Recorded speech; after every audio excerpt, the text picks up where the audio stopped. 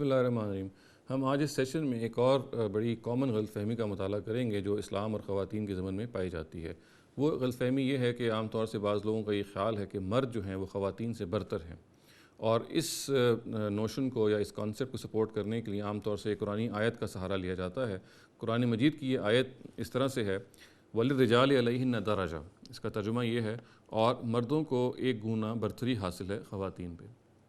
سب سے پہلی بات تو اگر اس آیت کو ہم کا مطالعہ کریں تو یہ معلوم ہوتی ہے کہ اس کا ترجمہ ٹھیک نہیں ہے۔ یہاں پہ جو لفظ رجال کا آیا ہے یہ سیاق و سباق میں یعنی کانٹیکسٹ میں اگر دیکھیں تو یہاں پہ رجال یا مردوں کی کوئی عمومی کیٹیگری زیر بحث نہیں ہے، بلکہ یہاں پہ مرد بطور شوہروں کے زیر بحث ہے۔ اور مزید اگر اس سیاق و سباق کا اور کانٹیکسٹ کا مطالعہ کریں گے تو یہ بات واضح ہوگی کہ یہاں پہ بھی اصل میں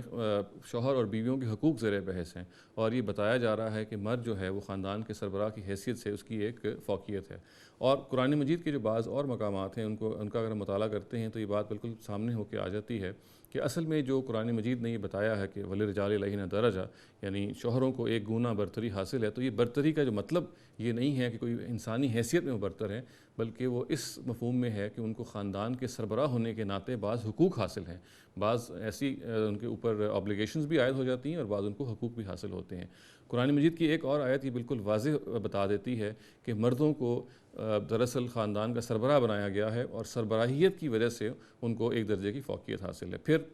یہ بات بھی وہ آیت بتاتی ہے کہ اصل میں سربراہ بنانے کی وجہ کیا ہے۔ یہ قرآن مجید کی آیت کے الفاظ ہیں وہ یہ ہیں کہ الرجال قوامون علی النساء بما فضل اللہ بعضهم علی بعض وبما انفقوا من اموالہم۔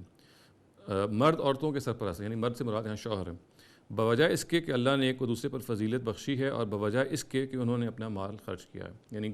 دو چیزیں ہیں جو یہ آیت بیان کرتی ہے۔ پہلی بات تو یہ ہے کہ فزیکلی اور ٹیمپرامنٹلی ایک مرد جو ہے اس کے لیے زیادہ سوٹیبل ہے، زیادہ موزوں ہے کہ وہ خاندان کا سربراہ بنایا جائے، اور دوسری بات یہ ہے کہ اس کو فائنینشیل رسپانسبلٹی خاندان کی اٹھانی یعنی معاشی ذمہ داری خاندان کی اٹھانے کی ذمہ داری اس پر ڈالی گئی ہے، اور ان وجوہات کی وجہ سے مرد کو اپوائنٹ کیا گیا ہے خاندان کے سربراہ کے طور پہ۔ چنانچہ یہ بات بالکل واضح رہنی چاہیے کہ یہ جو آیت ہے وَلِلرِّجَالِ عَلَيْهِنَّ دَرَجَةٌ، یہ اصل میں کوئی مردوں کی سپیورٹی بیان نہیں کر رہی، بلکہ یہ بتا رہی ہے کہ شوہر جو ہیں وہ ہیڈ آف فیملی ہیں، یعنی خاندان کے سربراہ ہیں۔ اس کی وجہ بھی جیسے میں نے عرض کی آیت بتا دیتی ہے کہ وہ کیوں ہیں، اور اس کیپیسٹی میں اصل میں ان کو بعض حقوق ہیں اور بعض رسپانسبلٹیز ان پہ عائد ہو گئی ہیں۔ انسانی حیثیت میں خواتین اور مرد بالکل برابر ہیں، اور قرآن مجید کے بہت سارے مقامات سے پتہ چلتا ہے کہ اپنی حیثیت انسانی میں، اپنے شرف انسانی میں ان میں کوئی فرق نہیں ہے۔ چنانچہ سورہ نساء میں یہ آیت ہے کہ یا ایھا الناس اتقوا ربکم الذی خلقکم من نفس واحدہ وخلق منہا زوجہا وبث منہما رجالا کثیرا ونساء،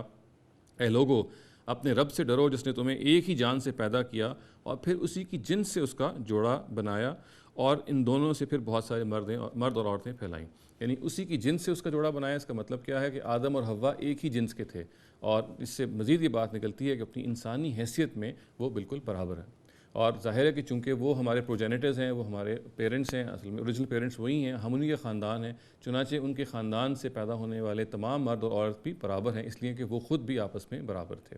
انسانی حیثیت میں کوئی تفریق ان کے درمیان روا رکھی نہیں گئی۔ اور اس آیت کے بارے میں اچھی طرح جان لینا چاہیے کہ انسانی حیثیت کے اندر جو